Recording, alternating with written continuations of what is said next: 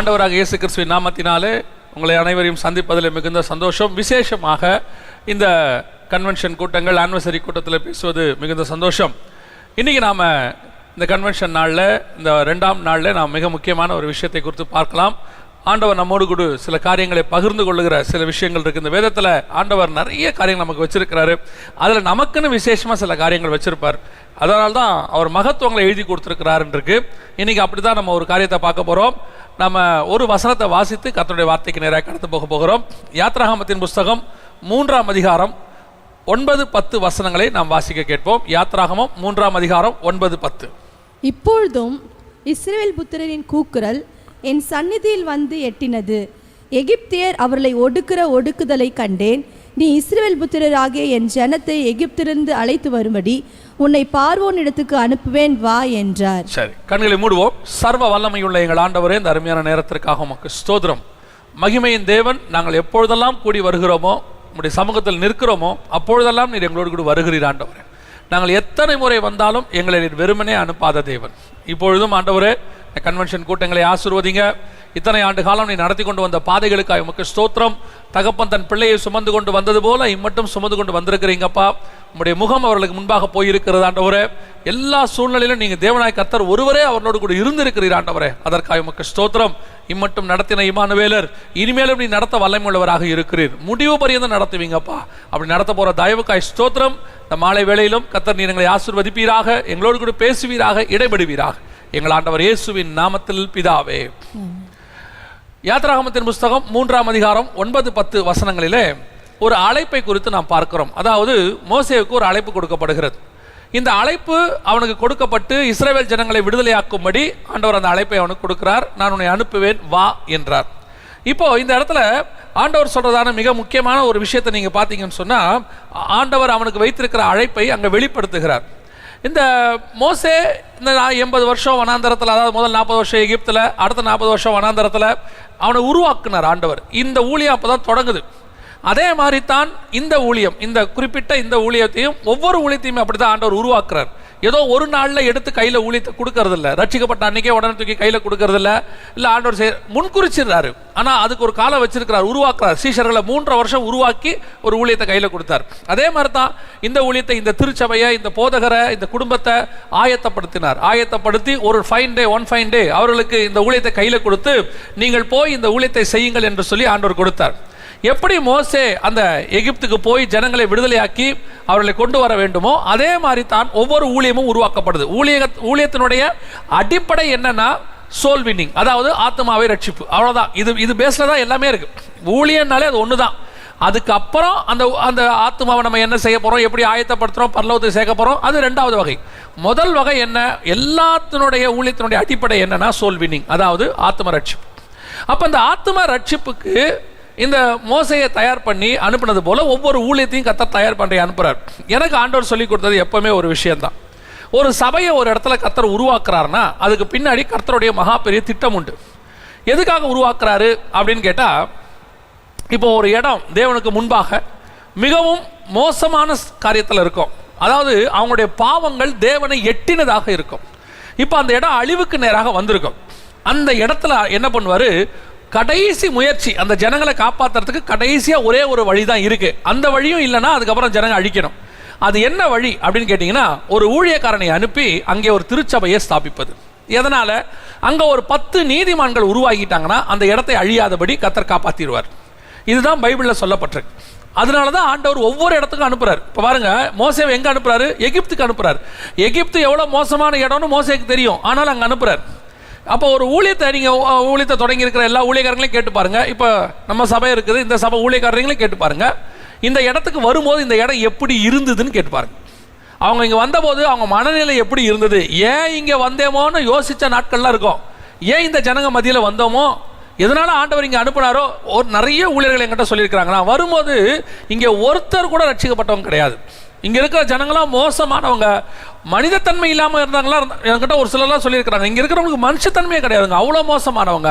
ஆனால் இன்னைக்கு அங்கே ஒரு சபை உருவாகி அந்த இடத்துல ஒரு 100 ஆத்மா 200 ஆத்மா வந்திருக்குதுன்னா கர்த்தர் அந்த இடத்தை எவ்வளவு நேசிச்சிருக்கிறான்னு பாருங்க, அங்கே இருக்கிற ஜனங்களை. அப்படித்தான் இந்த சபையும் இங்கே அனுப்பப்பட்டது. இவங்க பிறந்த இடம் வேறையா இருந்திருக்கும், இவங்க வளர்ந்த இடம் வேறையா இருந்திருக்கும். ஏன் ஆண்டவர் இங்கே அவங்களை அனுப்பி இருக்கிறார்னா, இவங்க வரும்போது இந்த இடம் தேவனுக்கு முன்பாக கோபாக்கினையின் இடமாக இருந்திருக்கும். இங்க இருக்கிற ஜனங்கள் அவருக்கு முன்பாக மிகவும் கோபத்தின் காரியங்களை செய்கிறவர்களாக இருந்திருப்பாங்க. அதுக்கு தான் ஆண்டவர் அனுப்பி இருக்கிறார். அப்போ இந்த ஊழியத்துக்கு இங்கே வரும்போது இந்த ஊழியக்காரர் கூட தோணி இருக்கும். ஏன்னா ஒரு சிலர்லாம் நினைக்கிறாங்க, கொஞ்சம் நல்ல ஒரு இடத்துல ஊழியம் பண்ணா நல்லா இருக்குமே, இந்த மாதிரி இந்த இடத்துல ஏன் வந்தோம்? அந்த இடம் இன்னும் அழியாமல் இருப்பதற்கு அந்த திருச்சபை தான் காரணம். ஒரு சபை அந்த இடத்துல இருக்குன்னா அந்த இடத்தை அழியாமல் கர்த்தர் பாதுகாப்பார். ஆனால் இந்த ஊழியத்துக்கு அனுப்பும்போது கர்த்தர் வெறுமனே அனுப்புகிறது இல்லை. இப்போ மோசேயை அனுப்பும்போது கர்த்தர் வெறுமனே அனுப்பலை. அவனுக்கு ஆண்டவர் மிக முக்கியமான 4 காரியங்களை கொடுத்து அனுப்புகிறார். அதுதான் நான் இந்த வசனத்திலிருந்து நம்ம இன்னைக்கு பார்க்க போகிறோம். இந்த கன்வென்ஷனுக்காக இவங்க கூட்டத்தை ஏற்பாடு பண்ணின போது முதல் நாள் 2வது நாள் இந்த 2 நாள் கூட்டங்களையும் பார்த்தபோது நான் தைரியமாய் சொல்லுவேன், இந்த 2 நாள் வசனங்களும் கர்த்தர் இந்த திருச்சபைக்கு கொடுத்தது என்று சொல்லுவேன். ஒவ்வொரு திருச்சபையும் மீட்டிங் அட்டன் ஃபிக்ஸ் பண்ணும்போது எனக்கு ஒரு நாள் அந்த சபைக்காக அன்றைக்கி காலையில் ஜோம் பண்ணுவேன். மற்ற நாள் ஜோம் பண்ணுவேன்னு சொல்ல முடியாது. அந்த நாள் காலையில் அந்த சபைக்காக ஜோம் பண்ணி தேவ சமூகத்தில் உட்காந்து எனக்கு அந்த வசனம் கொடுங்கன்னு கேட்பேன். அப்போ அந்த சபைக்குரிய வசனத்தை ஆண்டவர் கொடுப்பார், அவங்களுக்கு தேவையானதை கொடுப்பார். அதே மாதிரி இந்த சபைக்கு தேவையான வசனத்தை நான் காலை வேளையில் கேட்டபோது ஆண்டவர் சொன்னதான ஒரு 4 காரியங்கள். இந்த மோசையை அனுப்பினதை போலத்தான் இவர்களை அனுப்பி இருக்கிறேன். மோசை எகிப்துக்கு போனது போல தான் இவங்களும் வந்திருக்கிறாங்க. அந்த ஜனங்களை மீட்டு கொண்டு வந்து பாலும் தேனும் ஓடுகிற தேசத்தில் சேர்க்கிற பொறுப்பு மோசே கையில் கொடுக்கப்பட்டது போல இவர்களுக்கும் அந்த பொறுப்பை தான் கொடுத்துருக்கிறேன். இப்போ இவங்க மோசே கூட இருந்த அந்த 4 விஷயங்கள், அதைத்தான் நாம் இன்னைக்கு பார்க்க போகிறோம். முதலாவதாக மோசே கூட என்ன காரியத்தை ஆண்டவர் வைத்திருந்தார். ஃபர்ஸ்ட் முதலாவது வாசிங்க, யாத்ராகமத்தின் புஸ்தகம் 3ஆம் அதிகாரம் 12வது வசனம் வாசிங்க. யாத்ராகமம் 3:12 வாசிங்க. அதற்கு அவர், நான் உன்னோடே இருப்பேன், நீ ஜனத்தை எகிப்திலிருந்து அழைத்து வந்த பின்பு. அந்த இடத்துல நல்லா அந்த வசனத்தை வாசிச்சிங்கன்னா வசனம் சொல்லுது, அதுக்கு முந்தின வசனத்தில் மோசே கேட்குறாரு, நான் எம்மாத்திரம் இந்த ஜனங்களை போய் மீட்டு கொண்டு வருவதற்கு, அதுவும் பார்வோன்கிட்ட இருந்து மீட்டு கொண்டு வருவதற்கு நான் எம்மாத்திரம் அப்படின்னு கேட்குறாரு. அதுக்கு தான் ஆண்டவர் ஒரு வார்த்தை சொல்றாரு, நான் உன்னோடு கூட இருப்பேன். ஃபர்ஸ்ட் ஆண்டவர் கொடுக்கிறதான மிக முக்கியமான பாதுகாப்பு என்ன அப்படின்னு கேட்டிங்கன்னா, நான் உன்னோடு கூட இருப்பேன். பல நேரங்களில் நம்ம ஊழியத்தை தொடங்கும் போது அந்த இடத்துக்கு நாம் வரும்போது அங்கே இருக்கிற மனுஷர்கள் நம்மளை பார்க்கிலும் பலவான்களாக இருப்பார்கள், நம்மளை பார்க்கிலும் மோசமானவர்களாக இருப்பாங்க. இன்னும் சொல்ல போனால் நம்மளை பார்க்க செல்வாக்கு மிகுந்தவர்களாக இருப்பார்கள். அவங்கள எதிர்த்து நம்மளால நிற்க முடியாது, அந்த இடத்துக்கு நம்ம போகவே முடியாது. அங்கே இருக்கிறவங்க பார்வோனாக இருப்பார்கள். சிலர்லாம் ஊழியத்துக்கு போய் 2 வாரம் 1 வாரத்தில் அந்த இடத்த விட்டு ஓடி போனவங்களாம் இருக்கிறாங்க. இந்த ஊரில் இருக்க முடியாதுங்க. நார்த் இந்தியாவில் போய் பாருங்க, பல கிராமங்களில் பல காடுகளில் மிஷனரிகள் ஊழியம் பண்ணும்போது நான் ஒரு சிலரோடு கூட இருந்து பார்த்துருக்கிறேன். சவுத் இந்தியாலையும் இருக்குது. இந்த மிஷனரிகளோட ஊழியங்கள் இருக்கும்போது நான்லாம் 2 நாளைக்கு மேலே அங்கே என்னால் இருக்கவே முடியாது. ஒரு மிஷனரி என்னை கூட்டிகிட்டு ஒரிசாவுக்கு கூட்டிகிட்டு போனார். 35 கிலோமீட்டர் பைக்கில் போனார். 35 கிலோமீட்டர் பைக்கில் போனார். நான் உண்மையை சொல்கிறேன், ஒரு தடவை அவர் கூட போயிட்டு வந்தேன். எனக்கு அதுக்கப்புறம் அந்த பேக் பெயின், முதுகு வலி ஏறக்குறைய 10 நாள் எனக்கு இருந்துச்சு. ஆனால் அந்த மனுஷன் வாழ்நாளெல்லாம் அந்த ரோட்டில் தான் போயிட்டு வர்றாரு. அப்படி போயிட்டு இருக்கும்போது அவர் சொன்னார், அண்ணன் அங்கே பாருங்கண்ணே, இப்போ தான் யானை கிராஸ் ஆகிருக்கு, ஒரு 5 நிமிஷம் தான் ஆயிருக்கோன்னு. நான் கேட்டேன், எப்படி சொல்கிறீங்க? இந்த யானை லத்தி போட்டு போயிருக்குண்ணே, அது பார்த்தீங்கன்னா இப்போ தான் போயிருக்கு, நல்லா தெரியுதுண்ணே அப்படின்னு. அப்போ நான் கேட்டேன், இந்த யானையெல்லாம் வருமா? ஒரு நாள் வந்துச்சுண்ணே, யானை வந்துட்டு பார்த்துருச்சு, நான் ஓடி போய் ஒரு மரத்துக்கு பின்னாடி ஒட்டி நின்றுக்கிட்டேனே, அது ஒரு 5 நிமிஷம் சுற்றி பார்த்துட்டு போயிருச்சு. யோசித்து பாருங்க, அவர் ஒரு 2 நிமிஷம் கதையை அதை சொல்கிறாரு. யானை வந்துச்சு, பார்த்துச்சு, நான் ஒட்டி மரத்தோடு நின்றுக்கிட்டேன்னு. அந்த நிமிஷம் அந்த மனுஷனுடைய உயிர் எம்மாத்திரம் எப்படி இருந்திருக்கும்? அவருக்கும் மனைவி இருக்கு, அவருக்கும் பிள்ளைகள் இருக்கு. இந்த உலகம் நம்மை விட வலிமை வாய்ந்தது தான், எந்த மாற்று கருத்தும் இல்லை. இங்க இருக்கிற மனுஷர்கள் பார்வோன்கள் தான், இங்க இருக்கிறவர்கள் நேபுகாத்நேச்சார்கள் தான், இங்க இருக்கிறவர்கள் ஆகாபுகள் இருக்கிறார்கள், இங்கே மோசமான ராஜாக்கள் இருக்கிறார்கள். ஆனாலும் கூட கர்த்தர் கொடுக்கிற முதலாவது வாக்குத்தத்தம் என்ன தெரியுமா? நான் உன்னோடு கூட இருக்கிறேன். இந்த உலகத்தில் இருக்கிற எல்லாரை பார்க்கிலும் பெரியவராகிய நான் உன்னோடு கூட இருக்கிறேன். ஒவ்வொரு ஊழியத்தையும் கட்டி எழுப்பி 12 வருஷம் வந்திருக்குது அப்படின்னா, இந்த 12 வருஷமும் எந்த எம்எல்ஏவோ, எந்த எம்பியோ, எந்த கவுன்சிலரோ, எந்த பணக்காரனோ, எந்த விதமான காரியமும் கூட இருக்கவில்லை. உன் தேவனாகிய கர்த்தர் ஒருவரே உன்னோடு கூட இருந்தார். அது அவர் தான் கொண்டு வந்திருக்கிறார் இந்த ஊழியத்தை மட்டும். ஒவ்வொருத்தருடைய ஊழியமும் அப்படித்தான். உன்னை கொண்டு வந்தது யாரு? கர்த்தர். நாம இருக்கிற இடம், நமக்கு முன்னாடி இருக்கிறவங்க நம்மளை விட பெரியவர்கள். அவர்கள் இந்த உலகத்தின் பிள்ளைகள், நம்மளை விட வலிமை வாய்ந்தவர்கள். அதான் இஸ்ரவேல் ஜனங்க கானானுக்குள்ள பிரவேசிக்கும் போது அவங்க போய் பார்க்குறாங்க. யாரை பார்த்து பயந்தாங்க தெரியுமா? அங்க சொல்றாங்க, ஏனோக்சின் புத்திரர் ஆகிய ராட்சதரை கண்டோம், அவர்கள் பலவான்கள். அவங்க பயந்துட்டாங்க, அங்க இருக்க முடியாது. ஆனா அவங்களுக்கு ஒண்ணு தெரியல. என்ன தெரியல தெரியுமா? அவர்களோடு கூட இருப்பவரையிலும் நம்மோடு இருக்கிற தேவன் அவர்களை பார்க்கிலும் பெரியவர். இந்த எண்ணம் முதல்ல நமக்கு வரணும். இங்க இருக்கிற நம்ம இன்னைக்கு யாரை பார்த்து பயப்படுறோம்? இன்னைக்கு கொஞ்சம் அதிகாரத்தில் உள்ளவங்களை பார்த்தா பயம், இன்னைக்கு நமக்கு கொஞ்சம் சட்டத்தில் கொஞ்சம் பெரிய ஆட்களை பார்த்தா பயம், போலீஸ்காரங்களை பார்த்தா பயம், அரசியல்வாதியை பார்த்தா பயம், எல்லாரும் பார்த்தாலும் பயம். காரணம் என்ன? இன்னைக்கு ஏன் பயப்படுறா? ஒரு சிலராக சொல்றேன், நான் யாரையும் எதிர்க்கணும்னு சொல்லலை, நல்லா தெரிஞ்சுக்கொள்ளுங்க. நான் சொல்றதை நீங்க சரியா புரிஞ்சு கொள்ளிப்பீங்கன்னு நினைக்கிறேன். எதிர்க்கணும்னு சொல்லலை, யாரை கண்டும் பயம் அவசியம் இல்லை. ஏன் பயம் அவசியம் இல்லை? இப்போ ஒரு காவலர் நிறுத்துறாரு, காரை நிறுத்துறாரு, உள்ள உட்கார்ந்துருக்கிற காருக்குள்ள உட்கார்ந்துருக்கிறவர் முதலமைச்சருடைய பையனாகவோ அல்லது முதலமைச்சருடைய அண்ணனாவோ தம்பியாவோ இருந்தா என்ன நடக்கும்னு நினைக்கிறீங்க? அவர் காரை திறக்கிற ஸ்டைலே வேற மாதிரி தான் இருக்கும். கண்ணாடியை திறந்து என்ன விஷயம் அப்படிதான் கேட்பாங்க. இவரை பார்த்தோன்னே அவர் என்ன பண்ணுவார் தெரியுமா? சார் போயிட்டு வாங்க சார். ஏன்? அவர்கிட்ட ஒன்றும் இல்லை, அவர் கூட இருக்கிறவர் பவரில் இருக்கிறார். எந்த பவரில் இருக்கிறாரு? இவரை பார்க்கிலும் பவரில் இருக்கிறார். அவரை கண்டா அவருக்கு பயம், அதனால அவர் கூட இருக்கிறவர் கண்டா இவர் மேலேயும் பயம் வருது. அதைத்தான் நான் சொல்றேன். இந்த உலகத்தின் அரசாங்கங்கள், ராஜ்யங்கள், இங்க இருக்கிற மக்கள் எல்லாரும் வலிமை வாய்ந்தவர்கள். ஆனாலும் அவர்களோடு கூட இருப்பதை பார்க்கிலும் நம்மோடு இருக்கிறவர் இன்னும் பெரியவர். அவர் கூட போனாலே ஒரு அபிஷேகம் உண்டு, ஒரு மகிமை உண்டு. அந்த அபிஷேகத்துக்கு, அந்த மகிமைக்கு இந்த உலகம் பயப்படும். அந்த பயம் வரும், அது நிச்சயம் வரும். எலியா மேல அந்த பயம் இருந்துச்சு, ஆகாப்புக்கு அந்த பயம் இருந்துச்சு, யோவான் ஸ்நானகன் மேல ஏரோதுக்கு அந்த பயம் இருந்துச்சு, இயேசு கிறிஸ்துவின் மேல அந்த பயம் பரிசேயர் சதுசேயருக்கு இருந்துச்சு. அப்போஸ்தலரை கண்டு அங்கிருந்தவர்கள் பயந்திருந்தார்கள் இருக்கு. அந்த பயம் இருக்கணும். அதுதான் நான் எப்பவும் சொல்லுவேன், கர்த்தருடைய மகிமை. காரணம், நம்ம ஒண்ணுமே இல்லைங்க, நம்ம கிட்ட ஒண்ணுமே இல்லை. நம்ம படிப்போ, நம்ம கிட்ட இருக்கிற எக்ஸ்பீரியன்ஸோ, நம்ம சுத்தி இருக்கிற இன்ஃப்ராஸ்ட்ரக்சரோ எதுவுமே கிடையாது. நம்ம கிட்ட இருக்கிறது ஒன்னே ஒண்ணு, உன் தேவனாகிய கர்த்தர் உன்னோடு கூட இருக்கிறார். இம்மட்டும் நடத்தி கொண்டு வந்தவர் இனிமேலும் உன்னை கூட இருப்பார். இந்த சபை இந்த அளவுக்கு உருவாயிருக்குது அப்படின்னு கேட்டா, நான் இந்த சபையினுடைய ஒரு 3 ஸ்டேஜை நான் பார்த்துருக்கிறேன். அந்த 3 ஸ்டேஜ்லையும் 2 ஸ்டேஜ்னு வச்சுக்கலாம். முதல்ல அவங்க ஒரு கூரையில் இருந்தாங்க, அதுக்கப்புறமா மாறி இங்கே வந்தாங்க. இந்த இடத்துல இப்படி ஒரு காரியத்தை செஞ்சு இப்போ ஒரு 12 வருஷமா மொத்தமாக ஊழியத்தில் இங்கே இருக்கிறாங்க. இப்போ இதனுடைய அடுத்த ஸ்டேஜுக்கு அவங்க போகிறாங்க. இப்போ இந்த 3 ஸ்டேஜாக இவங்களை நான் பார்க்குறேன். இவங்களை பார்க்கும்போது எனக்கு ஒன்று மட்டும் நல்லா தெரியுது, இவர்களோடு கூட எனக்கு தெரிஞ்சு என் அளவில் நான் சொல்கிறேன், இவர்களோடு கூட வேற எந்த மனுஷனுடைய காரியங்களும் இல்லை, இவரோடு கூட தேவன் இருக்கிறார். தேவன் இருந்ததுனால தான் இம்மட்டும் வந்திருக்குது. ஒவ்வொரு ஊழியமும் அப்படித்தான், ஒவ்வொரு ஊழியமும் அப்படித்தான். அநேக ஊழியர்களை பார்த்துருக்கிறேன், அவங்க தேவனையே நம்பி வாழ்க்கையை ஓட்டினாங்க. மோசே சொன்னது உண்மைதான், அதில் எந்த மாற்று கருத்தும் இல்லை. பார்வோனுக்கு முன்பாக நான் எம்மாத்திரம். ஏன்? பார்வோன் ராஜா, நான் ஆடு மேய்க்கிறவன். எனக்கு பார்வோனுடைய கலைகள் எல்லாம் தெரியும், அந்த ஊரை பற்றி தெரியும், நாட்டை பற்றி தெரியும். ஆனாலும் பார்வோனுக்கு முன்பாக நான் ஏமாத்துறவன், நான் ஒன்றுமே இல்லை ஆண்டவரே.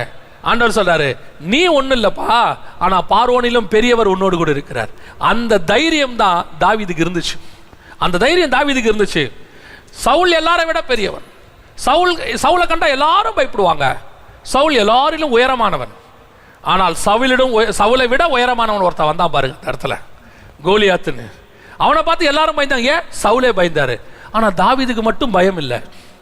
நம்ம ஊர்ல சொன்னாங்க தெரியுமா, அசட்டு தைரியம் பாங்க. சிலர்லாம் சொல்லுவாங்க, அது அசட்டு தைரியங்க, சும்மாவே போய் நிக்கிது மாட்டுக்கு முன்னாடி, அது முட்டி தூக்கி போட்டாதான் தெரியும் அப்படிம்பாங்க. அசட்டு தைரியம் பாங்க. தாவீதுக்கு இருந்தது அசட்டு தைரியம் இல்லை, அசாத்திய தைரியம். என்ன தைரியம் தெரியுமா?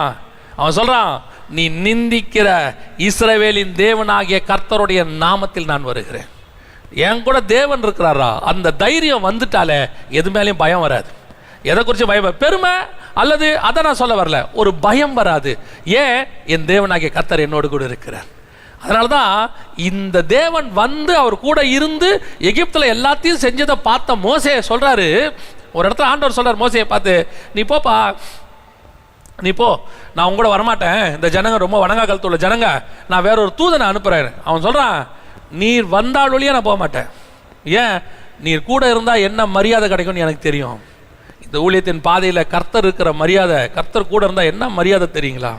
நான் அடிக்கடி எப்பவும் யோசிக்கிற ஒரு விஷயம், ஒருவேளை இந்த கர்த்தர் இல்லாமல், இந்த கர்த்தருடைய நாமத்தில் ஊழியத்துக்கு போகாமல் நான் ஒரு கம்பெனி சிஇஓவா அல்லது நான் ஒரு நாட்டுக்கே ராஜாவாக கூட இருந்து நான் போனால் இந்த மரியாதை கிடைக்குமான்னு யோசிப்பேன்.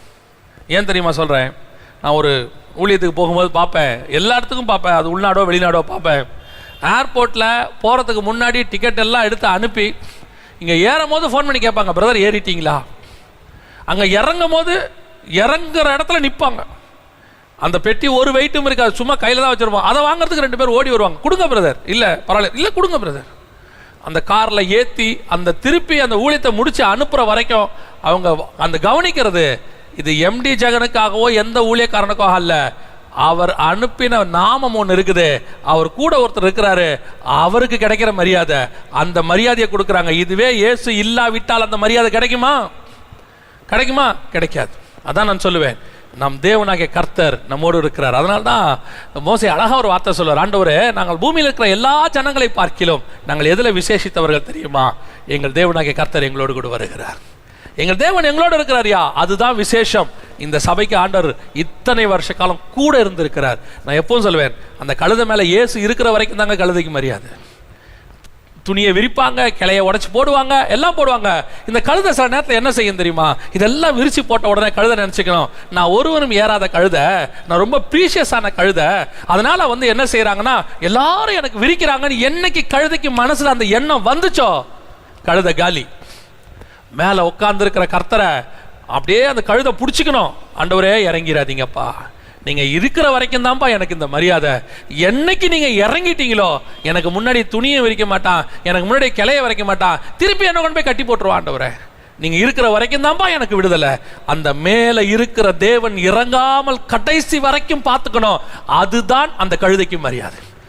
நம்ம கூட இருக்கிற தேவன் நம்ம கூடவே இருக்கணும், அதுதான் நமக்கு மரியாதை. சிம்சோன் மேல ஆவியானவர் இருக்கிற வரைக்கும் தான் அவனுக்கு மரியாதை. அவர் இறங்கி வெளியே போயிட்டாரு, மொட்டை அடிச்சு குருடாக்கி உன்னை பைத்தியக்காரனாக்கி சங்கிலில கட்டி போட்டுருவான். இதான் உலகம், அது மட்டும் நல்லா தெரிஞ்சுக்கொள்ளுங்க. எப்போ உன் மேல இருக்கிற ஆவியானவர் இறங்கிட்டாரோ, எப்போ உன் மேல இருக்கிற தேவன் இறங்கிட்டாரோ, எப்போ உன்னை தேவன் உன்னை விட்டு விலகிட்டாரோ, அன்னைக்கு உன்னை மொட்டை அடிச்சு குருடாக்கி விலங்கு போட்டு உன்னை பைத்தியக்காரனாக்கி விட்டுரும் இந்த உலகம். தேவன் இருக்கிற வரைக்கும் தான் மரியாதை.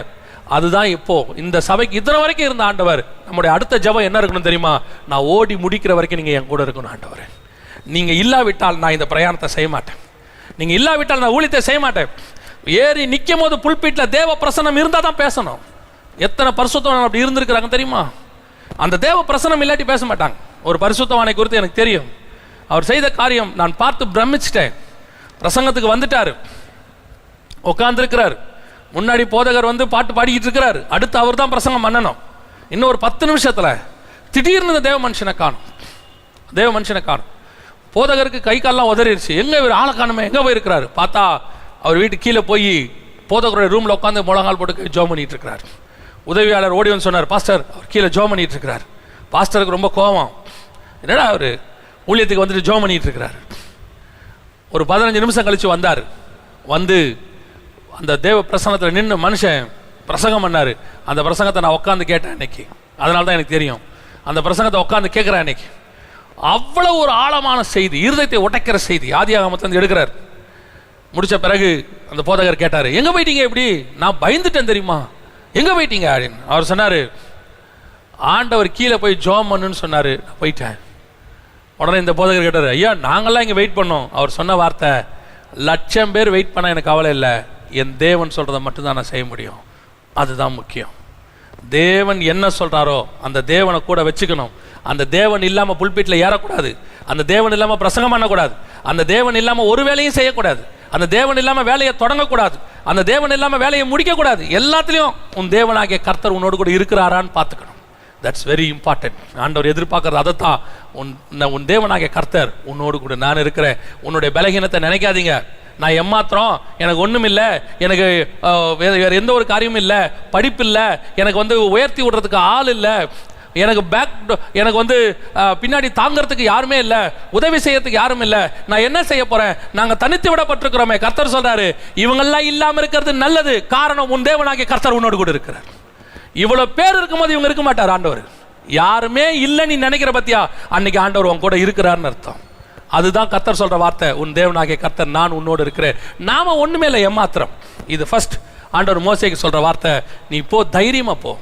அந்த வார்த்தையை நான் இந்த சபைக்கும் சொல்றேன், தைரியமா போங்க, உன் தேவனாகிய கர்த்தர் உன்னோடு கூட இருக்கிறார். நீ ஏமாத்திரம் ஒண்ணுமில்லாதவங்க தான், ஆனா கர்த்தர் உன்னோடு கூட இருக்கிறார். ரெண்டாவது ஆண்டவர் சொல்றாரு, அடுத்து என்ன செய்யணும்? இப்போ 14வது வசனம் 15வது வசனம், அதே 3ஆம் அதிகாரம் யாத்ராகமத்தின் புஸ்தகம் 14-15 வாசி. அதற்கு தேவன் இருக்கிறவராகவே இருக்கிறேன் என்று மோசேயுடனே சொல்லி, இருக்கிறேன் என்பவர் என்னை உங்களிடத்திற்கு அனுப்பினார் என்று இஸ்ரவேல் புத்திரரோடே சொல்வாயாக என்றார். மேலும் தேவன் மோசேயை நோக்கி, ஆபிரகாமின் தேவனும் ஈசாக்கின் தேவனும் யாக்கோபின் தேவனுமாயிருக்கிற உங்கள் பிதாக்களுடைய தேவனாகிய கர்த்தர் என்னை உங்களிடத்துக்கு அனுப்பினார் என்று நீ இஸ்ரவேல் புத்திரருக்கு சொல்வாயாக. என்றைக்கும் இதுவே என் நாமம், தலைமுறை தலைமுறை தோறும் இதுவே என் பேர் பிரஸ்தாபம். இந்த ரெண்டாவது மோசே கூட இருந்தது என்ன தெரியுமா? இப்போ மோசே கேட்குறாரு, ஆண்டவரே நீங்கள் கூட வரீங்க சரி, ஆனால் இப்போ ஜனங்க உன் கூட இருக்கிற அந்த தேவன் யாருன்னு கேட்பாங்களே. இப்போ அந்த தேவனை என்ன நான் சொல்கிறது? காரணம், 400 வருஷம் இந்த ஜனங்கள் அடிமைத்தனத்தில் இருந்துட்டாங்க. இந்த 400 வருஷம் இவங்களுக்கு இந்த இந்த நாமம் மறந்து போச்சு, இவங்க மறந்துட்டாங்க. இப்போ அவங்க என்ன கேட்பாங்க, யார் உன்னை அனுப்புனா? நீங்கள் என் கூட இருக்கிறத ப்ரூஃப் பண்ணிடுவீங்க, எனக்கு அது ப்ரூஃப். நான் ஜோம் பண்ணும் போதும் பைபிள் வாசிக்கும் போதும் நீங்கள் என் கூட இருக்கிறீங்கிறது எனக்கு ப்ரூஃப், அதில் எந்த மாற்று கருத்தும் இல்லை. நீங்கள் என் கூட இருந்தால் எனக்கு தைரியம் இருக்குது, எல்லாம் இருக்குது. ஆனால் நான் போகிற இடத்துல ஒன்று கேட்பாங்க. என்ன கேட்பாங்க தெரியுமா? உன்னை அனுப்பினது யார்? ஒரு நாமத்தை கேட்பாங்க. நான் என்னத்தை சொல்லுவேன், நான் என்ன சொல்லணும் அப்படின்னு சொல்லும்போது ஆண்டவர் சொல்கிறதான வார்த்தை, நீ போ, என் நாமத்தை நான் உனக்கு சொல்லுவேன். ஆனால் மோசேக்கு சொன்ன நாமம் என்ன தெரியுமா? ஒரு நாமத்தினுடைய சுபாவத்தை தான் சொல்கிறார்.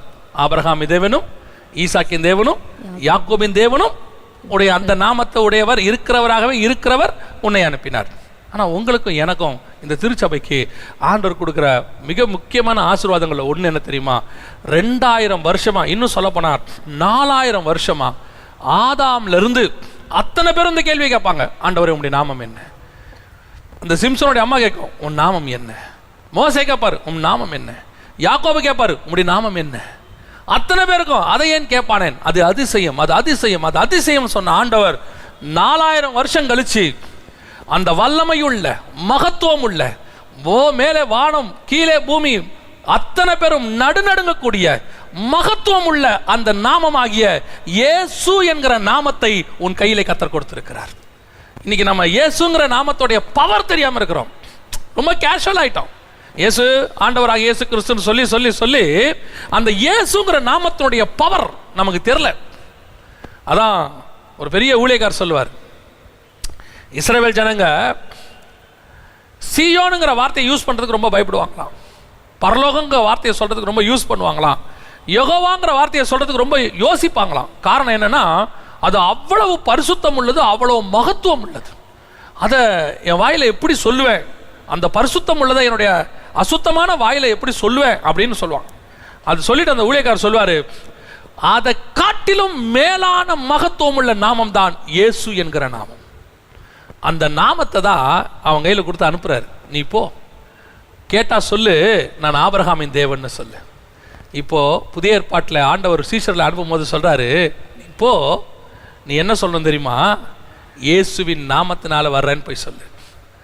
இந்த நாமத்தை நீ சொன்னினா வானத்தின் பொல்லாத சேனைகள் எல்லாம் நடுங்கும், பூமியில் உள்ளதெல்லாம் முடங்கும், காற்றும் கடலும் அடங்கும். அத்தனைக்கும் மேலான நாமம் நம் கையில் இருக்கு.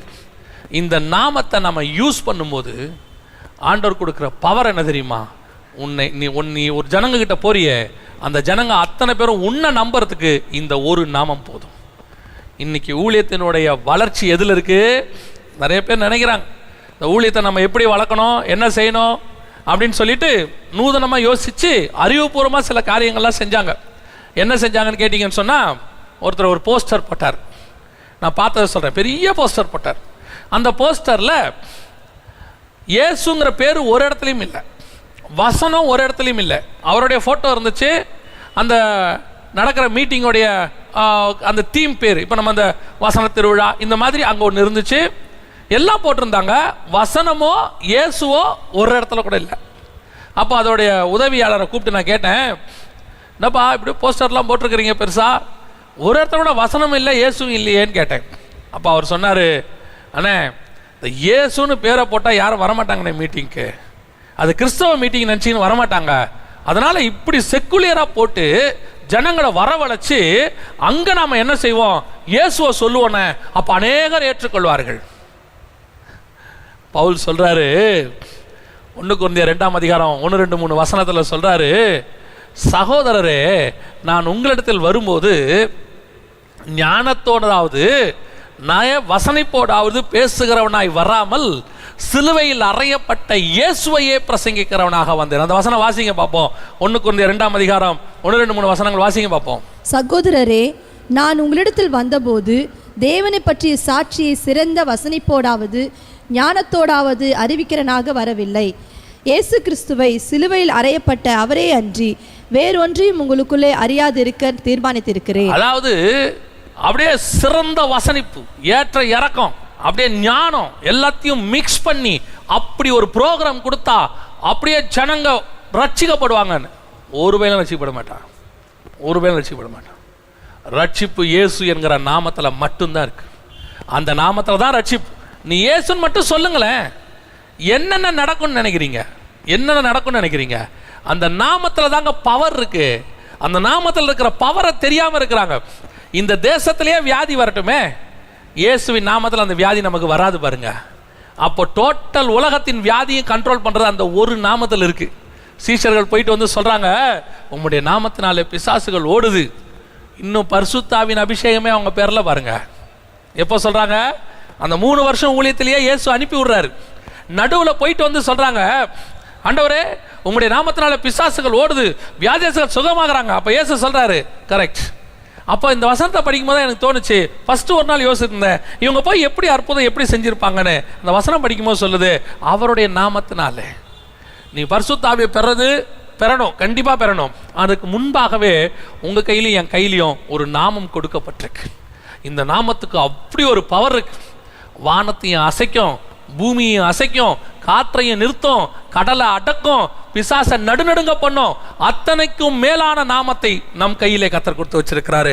இந்த நாமத்தை நீங்க யூஸ் பண்ணும் போதுதான் உங்க மினிஸ்ட்ரி கர்த்தருக்கு முன்பாக மகத்துவமா இருக்கும். மினிஸ்ட்ரினா என்னங்க? மினிஸ்ட்ரினா என்ன? இயேசுவை பிரஸ்தாபப்படுத்துவதற்கு நாம வந்திருக்கிறோம். காஸ்பல்னா கோ அண்ட் ஸ்பெல், போய் சொல்லு. எதை சொல்லணும்? இயேசு உன் பாவத்துக்காக மரித்தார்னு சொல்லணும். யார் மரிச்சா? இயேசு மரிச்சார். 4000 வருஷமா பழைய ஏற்பாட்டு பரிசுத்தவான்களுக்கு மறைத்த அந்த நாமத்தை உனக்கும் எனக்கும் கர்த்தர் வெளிப்படுத்தி கொடுத்திருக்கிறார். அதை நம் கையிலே கொடுத்திருக்கிறார், நம் வாயிலே கொடுத்திருக்கிறார். நீ அதை யூஸ் பண்ணி பாருங்க. என்ன பவர், எப்படிப்பட்ட பவர் பாருங்க. இந்த மினிஸ்ட்ரி 12 வருஷம் நடந்திருக்குது. என்ன நீங்க எதனால நடந்திருக்கும்னு நினைக்கிறீங்க? பயங்கரமான ஆராதனை. ஓ, செய்தி வந்து அப்படி மெசேஜ் டெப்த் அப்படின்னு நினைக்கிறீங்களா? மெசேஜ் டெப்தா கொடுக்கிறது கர்த்தருடைய கிருபை. ஆராதனை பண்றது கர்த்தருடைய கிருபை. ஊழியம் நடக்கிறது கர்த்தருடைய கிருபை. இன்னைய வரைக்கும் இந்த இடத்துல நாம நிக்கிறோம். நம்மளை சுத்தி இவ்வளவு பிசாசின் கூட்டங்கள், எதிர்ப்புகள், இவ்வளவுக்கு நடுவில் நான் ஜீவனோடு கூட இருக்கிறேன்னா அந்த நாமம் இருக்கிறதுனால மட்டும்தான். அந்த நாமத்துக்கு பயந்து தான் இந்த வாசப்படிக்குள்ள எந்த ஒரு பிசாசின் கிரியும் வராம இருக்கு. இந்த சபைக்குள்ள ஒரு பிசாசு வந்துச்சுன்னா எதனால ஓடுது? ஒரு வியாதியஸ்த வந்தா சுகமாகறான். எதனால சுகமாகறான்? அதை தெரிஞ்சுக்கணும். அந்த நாமத்தை ஒரு நாளைக்கு 1,00,000 முறை உத்தரிச்சாலும் கூட பத்தாது. அப்படி ஒரு மேலான நாமம். ஆபிரகாம் கேட்கிறாரு அந்த நாமம், மோசே கேட்கிறாரு அந்த நாமத்தை கொஞ்சம் சொல்லுங்க, ஒரு தடவை சொல்லுங்கயா, உலகத்தையே மீட்கிற அந்த நாமத்தை கொடுங்கயா. அவர் சொல்றாரு, உங்ககிட்ட எல்லாம் கொடுக்க மாட்டேன், உங்ககிட்ட கொடுக்க மாட்டேன். அதுக்கு ஒரு காலம் வரும், அது அதிசயம், அதெல்லாம் கேட்காதப்பா. யாக்கோபு கேட்கிறாரு, உடைய நாமம் என்ன? அதை ஏன் கேட்பானேன், அது அதிசயம். அத்தனை பேருக்கிட்டையும் சொல்ல மாட்டேன் சொல்ல மாட்டேன் சொல்ல மாட்டேன் மறைச்சி ஊழியத்துக்கு புறப்படுற அன்னைக்கு நம்ம கையில கொடுத்து அமிச்சாரு, இந்த நாமத்தோட போ, உனக்கு முன்பாக ஒன்றும் நிற்காது, உனக்கு முன்பாக எதுவும் எழும்பாது. அப்படி எழும்பி வர்றதை கூட என் நாமத்தில் விரட்டு, என் நாமத்தில் துரத்து. அப்படிப்பட்ட ஒரு வல்லமை, அதுதான் இயேசுவின் நாமம். எங்கிட்ட இருக்கிற சொத்துலேயே பெஸ்ட் சொத்து எது தெரியுமா? அவருடைய நாமம். அந்த நாமம் உலகத்தை ஜெயிக்கிற ஜெயம். அந்த நாமம் இருந்தால் சகலத்தையும் நீங்க ஜெயிக்க முடியும். நான் சொல்லுவேன், இயேசுவின் நாமத்தில் நீங்க போகும்போது அடைக்கப்பட்ட வாசல்னு ஒன்று கிடையவே கிடையாதுங்க, எல்லாமே திறந்த வாசல் தான். இந்த ஊழியத்துக்கு கர்த்தருடைய கிருபையினால ஒரு 16 நாட்டுக்கு போகிறதுக்கு ஆண்டவர் வாய்ப்பு கொடுத்துருக்கிறார். இந்த 16 நாட்டு இமிகிரேஷன் ஒன்று இருக்கு. 16 நாட்டு இமிகிரேஷன், அதில் இது பண்ணி போகணும், தாண்டி போகணும். அதையும் தாண்டி ஒரு எம்பசி இருக்குது, அங்கே போய் நம்ம இன்டர்வியூ வைப்பாங்க. சிலதுக்கெலாம் இப்போ யூஎஸ்க்கு இதுங்கெலாம் வந்து முன்னாடியே வந்து என்ன செய்வாங்கன்னா யூஎஸ் எம்பசியில் இன்டர்வியூ வைப்பாங்க. இவ்வளோத்துக்கும் போகணும், இவ்வளோ இடத்துக்கும் போய் நின்று இன்டர்வியூ அட்டன் பண்ணியிருக்கிறோம். யூகே எம்பசி போயிருக்கிறோம், யூஎஸ் போயிருக்கிறோம், சுவிட்சர்லாந்து எம்பசிக்கு போயிருக்கிறோம். அங்கே உட்காந்து அந்த ஊருக்காரங்க தான் கேள்வி கேட்பாங்க. அவங்களுடைய நாலேஜோ அவங்களுக்கு இருக்கக்கூடியதான அந்த ஸ்லாங்கோ எதுவும் நமக்கு தெரியாது. அவங்க எதிர்பார்க்குற க்ரைட்டீரியாவும் நமக்கு கிடையாது. நம்ம மினிஸ்ட்ரிக்கு போகிறோம், போகும்போது என்ன பேசிஸில் போவேன் தெரியுமா? நான் என்ன சொல்கிறேன், என்ன பேசிஸில் நான் போவேன் தெரியுமா? ஆண்டவரே, உங்கள் ஊழியத்துக்காக போகிறதுக்கு நீங்கள் ஒரு வாய்ப்பு கொடுத்துருக்குறீங்க.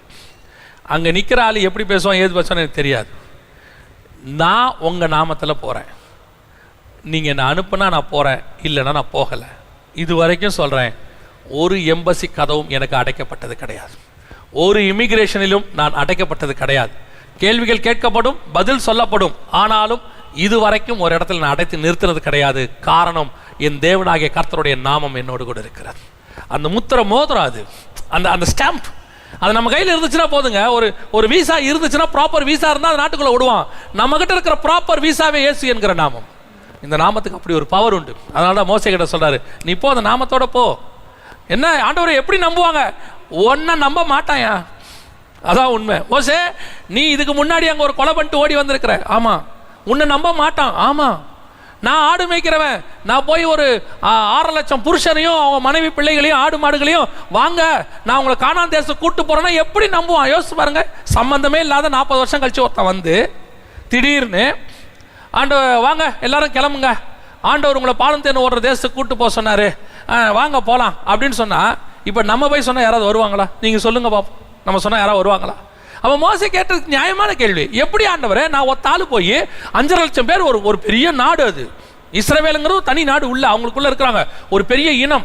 அந்த மக்கள்கிட்ட போயிட்டு எல்லாம் புறப்படுங்க, எல்லாத்தையும் எடுத்துட்டு கிளம்புங்க, எங்க கானான் தேசத்துக்கு போறோம். ஓ, யாரையா நீ, எங்கேருந்தியா வந்த, நீ சொல்றத நான் எப்படியா நம்புறது? அப்படி கேட்டானா அவங்ககிட்ட சொல்லு, நான் ஆபிரகாமின் தேவன், நான் ஈசாக். இந்த வேர்டை சொன்னா நம்பிடுவானா? நான் உங்களை யார் அனுப்புறது? ஆபிரகாம் தேவனும் ஈசாக்கின் தேவனும் யாக்கோபின் தேவன் என்பவர் என்னை உங்களிடத்துல அனுப்பினார். நம்புவானா? நீங்க சொல்லி பாருங்க. இப்போ நீங்க அப்படியே சொல்லி பாருங்க, நம்ப மாட்டான்.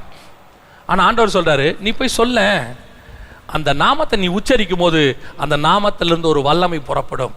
அங்க இருக்கிற 5.5 லட்சம் பேரையும் உன்னை நம்ப வைக்கும். அந்த நாமம் உன் கையில் இருந்தா உனக்கு முன்னாடி உட்காந்துருக்கிற அத்தனை பேரையும் உன்னை நம்ப வைக்கும். அந்த நாமத்துக்கு அப்படி ஒரு பவர் உண்டு. எப்படி உட்காந்து பில்லிகிரகா மீட்டிங்ல லட்சக்கணக்கில் ஜனங்க கேட்டாங்க. எப்படி பரிசுத்தவான்கள் மீட்டிங்ல உட்காந்து 10,000 பேர் பேசுறதை எப்படி கேட்க முடியும்? யோசிச்சு பாருங்க. நான் தான் யோசிச்சு பார்ப்பேன், நம்ம பேசுறத ஒருத்தன் எப்படி கேட்பாங்க உட்காந்து? நம்ம அவ்வளோ பெரிய ஆளா? இல்லைங்க. நாம வந்த நாமம் அப்படிப்பட்ட நாமம். அந்த நாமத்தை சொல்லும் போது 10,000 பேர் உட்காந்து கேட்பாங்க. அந்த நாமத்தை சொல்லும் போது 20,000 பேர் உட்காந்து கேட்பாங்க. நீங்க படிச்ச படிப்பு, நம்ம படிச்ச படிப்பு, நம்ம கிட்ட இருக்க ஞானம், அறிவு மொத்தத்தையும் ஊத்தி நீங்க பேசி பாருங்க, கேட்கவே மாட்டாங்க. ஆனா இயேசு நாமத்தில் சொல்லி பாருங்க, கேட்பாங்க. மனுஷன் கேட்பான், பிசாசு கேட்கும், காற்று கேட்கும், கடல் கேட்கும், அத்தனையும் கேட்கும். காரணம், அந்த நாமத்துக்கு அப்படி ஒரு வல்லமை உண்டு. நீங்க இனிமேட்டு அந்த நாமத்தை யூஸ் பண்ணி பாருங்க. வியாதியா பலகீனமா அந்த நாமத்தை சொல்லி பாருங்க. நீங்க டாக்டர் கிட்ட போறது போகாது ரெண்டாவது விஷயம். நீங்க எப்போ போறீங்களோ போங்க. போறதுக்கு முன்னாடி ஒரு தடவை அந்த வியாதியை பார்த்து சொல்லி பாருங்க, இயேசுவின் நாமத்தில் உங்ககிட்ட வருகிறேன், இந்த உடம்பை விட்டு வெளியே போன்னு சொல்லி பாருங்க. பிரச்சனை வரும்போது சொல்லி பாருங்க, இயேசுவின் நாமத்தில் சொல்றேன்னு, போகும், நடக்கும். ஏன்னா அந்த நாமத்துக்கு அப்படி ஒரு பவர் உண்டு. ரெண்டாவது, மோசே கிட்ட என்ன கொடுத்து அனுப்புனார் தெரியுமா? முதலாவது, நான் வரேன். அடுத்தவன் கேட்பான், அவன் கண்ணுக்கு நான் தெரிய மாட்டேன், ஆனா அவன் கேட்பான், என்னன்னு கேட்டா சொல்லு, என் நாமத்தை சொல்லு. மூன்றாவது, மோசே கிட்ட ஆண்டவர் கொடுத்த முக்கியமான காரியம் என்ன அப்படின்னு கேட்டா, யாத்ராகமத்தின் புஸ்தகம் 3ஆம் அதிகாரம் 20வது வசனத்தை வாசி. ஆகையால் நான் என் கையை நீட்டி எகிப்தின் நடுவிலே நான் செய்யும் சகலவித அற்புதங்களாலும் அதை வாதிப்பேன், அதற்கு பின் அவன் உங்களை போக விடுவான். இப்ப நாமத்தை யாருக்காக சொன்னாரு? தேவ ஜனங்களுக்கு. தேவ ஜனங்க நம்பணும். ஆனா பார்வன் நம்ப மாட்டான். பார்வன் என்ன செய்ய மாட்டான்? நம்ப மாட்டான். அவனுக்கு ஆபிரகாமின் தெரியாது, ஈசாக்கின் தெரியாது, யாக்கோபின் தெரியாது. அவங்ககிட்ட போய் இயேசு நாமன்னு சொன்னா அவன் நம்ப மாட்டான். இப்ப அவனுக்கு என்ன வேணும்? அவனுக்கு ஒரு லாங்குவேஜ் இருக்குது. இந்த ஜனங்களுக்கு சொல்றதுக்கு என்ன கொடுத்த? நாமத்தை கொடுத்த. இந்த ஜனங்களுக்கு இது போதும். ஆனால் பார்வோனுக்கு வேற ஒன்று வச்சிருக்கிறேன். என்ன வச்சிருக்கேன் தெரியுமா? அற்புதங்களும் அடையாளங்களையும் கண்டு அவன் உங்களை போக விடுவான். மூணாவது கர்த்தர் நம்ம கையில் கொடுத்து வச்சிருக்கிற மிக முக்கியமான விஷயம் என்ன தெரியுமா? அற்புதங்களையும் அடையாளங்களையும் செய்கிற வல்லமையை கர்த்தர் நம்ம கையில் கொடுத்திருக்கிறார். ஒரு சபைக்கு இருக்க வேண்டிய மிக முக்கியமான மூணாவது குவாலிட்டி அற்புதமும் அடையாளம் செய்யணும். சபை செய்யணும். ஒரு சபை ஒரு இடத்துல இருந்தா அந்த சபைக்குள்ள அற்புத அடையாளம் நடக்கணும். இப்போ இயேசு கிறிஸ்துவை எப்படி இருந்தார் தெரியுமா? இயேசுடைய ஊழியத்தை ஒரே வசனத்தில் பைபிள் சொல்லும், ஒரு வசனத்தில் பைபிள் சொல்லும் இயேசு எப்படி ஊழியம் பண்ணார்னு. வாசிங்க, அப்போஸ்தலர் நடவடிக்கைகள் 10ஆம் அதிகாரம், அப்போஸ்தலர் நடவடிக்கைகள் 10ஆம் அதிகாரம் 38வது வசனத்தை வாசிங்க. அப்போஸ்தலர் நடவடிக்கைகள் 10ஆம் அதிகாரம் 38வது வசனத்தை வாசிங்க. நசரேயனாகிய இயேசுவை தேவன் பரிசுத்த ஆவியினாலும் வல்லமையினாலும் அபிஷேகம் பண்ணினார். தேவன் அவருடனே கூட இருந்தபடியினாலே அவர் நன்மை செய்கிறவராயும் பிசாசின் வல்லமையில் அகப்பட்ட யாவரையும் குணமாக்குறவராயும் சுற்றி திரிந்தார். அவர் மினிஸ்ட்ரி டோட்டலா அந்த ஒரு வசனத்துல முடிஞ்சிருப்பாரு. தேவன் கூட இருந்தார், அதான் இங்க சொல்றாரு, கூட இருந்தார். நசரேயனாகிய இயேசு நாமம் அங்க இருக்கு. மூணாவது அவர் என்ன பண்ணார் தெரியுமா? வசனம் தெளிவா சொல்லுது, நன்மை செய்கிறவராயும் பிசாசினால் அகப்பட்ட யாவரையும் குணமாக்குகிறவராயும். That's very important. இயேசுக்கே அற்புத அடையாளம் தேவைப்பட்டுச்சு. ஒரு மனுஷனுக்கு வசனம் ரொம்ப முக்கியம், நம்ம அதை பற்றி அடுத்து பார்க்க போகிறோம். ஆனால் அந்த வசனம் எதனால் உறுதிப்படும் தெரியுமா? வசனம் சொல்லுது, அற்புதங்களினாலும் அடையாளங்களினாலும் தம்முடைய வசனத்தை உறுதிப்படுத்தினார். நான் சபை வைக்கிற அல்லது சபை ஆரம்பிக்கிற தம்பிகள் நிறைய பேர் வந்து கேட்பாங்க, ஆனால் சர்ச்சை ஆரம்பிக்கிறோம், நீங்கள் வந்து ஜெபம் பண்ணணும். அப்போ நான் அந்த சபைக்கு ஜெபம் பண்ணும் போதெல்லாம் எல்லா சபைக்கும் நான் ஜெபம் பண்ணுற ஒரு விஷயம், ஆண்டவரே இங்கே ஒரு பெரிய அற்புதம் நடக்கணும், ஆண்டவரே ஒரு பெரிய அடையாளம் நடக்கணும் ஆண்டவரே. ஏன் தெரியுமா?